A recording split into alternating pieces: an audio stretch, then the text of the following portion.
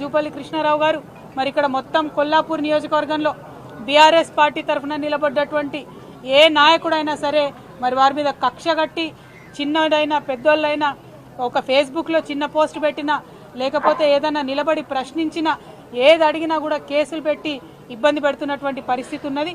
ఇక్కడ శ్రీధర్ రెడ్డి అనేటటువంటి మా కార్యకర్తను కూడా దారుణంగా మరి చంపడం కూడా జరిగింది. అయినప్పటికీ ముఖ్యమంత్రి సొంత జిల్లా అయిన జూపల్లి కృష్ణారావు గారు మంత్రివర్గంలో ఉన్నప్పటికీ కూడా పోలీస్ వాళ్ళు ఆ కేసు మీద పురోగతి లేకపోవడం అన్నది చాలా దారుణం. అంటే కేవలం ప్రభుత్వానికి హంతకులకు కొమ్ముగాస్తున్నారు తప్పితే ప్రజల పక్షాన మీరు నిలబడలేరన్న విషయం ఇవాళ తెలుస్తూ ఉన్నది.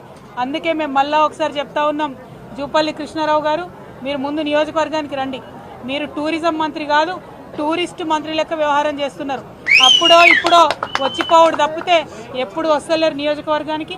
మీరు రైతులను ఆదుకుంటలేరు, విద్యార్థులను ఆదుకుంటలేరు, ఇతర పార్టీ నాయకులను మరి కక్ష కట్టినట్టుగా వారి మీద అత్యాచారాలకు ఆగడాలకు ఒడిగడుతున్నారు. ఇప్పుడు నేను దారిలో వస్తూ ఉంటే కూడా మన సాతాపూర్ ఊర్లో కూడా ఒక పరమేష్ అనేటటువంటి మా కార్యకర్తను కూడా నిన్న రాత్రి ఇవాళటి మీటింగ్ కోసం ఫ్లెక్సీలు కడుతుంటే దారుణంగా 50 మంది ఒక పిల్లగాని మీద దాడి చేసి దెబ్బలు తీసినటువంటి పరిస్థితి ఉన్నది.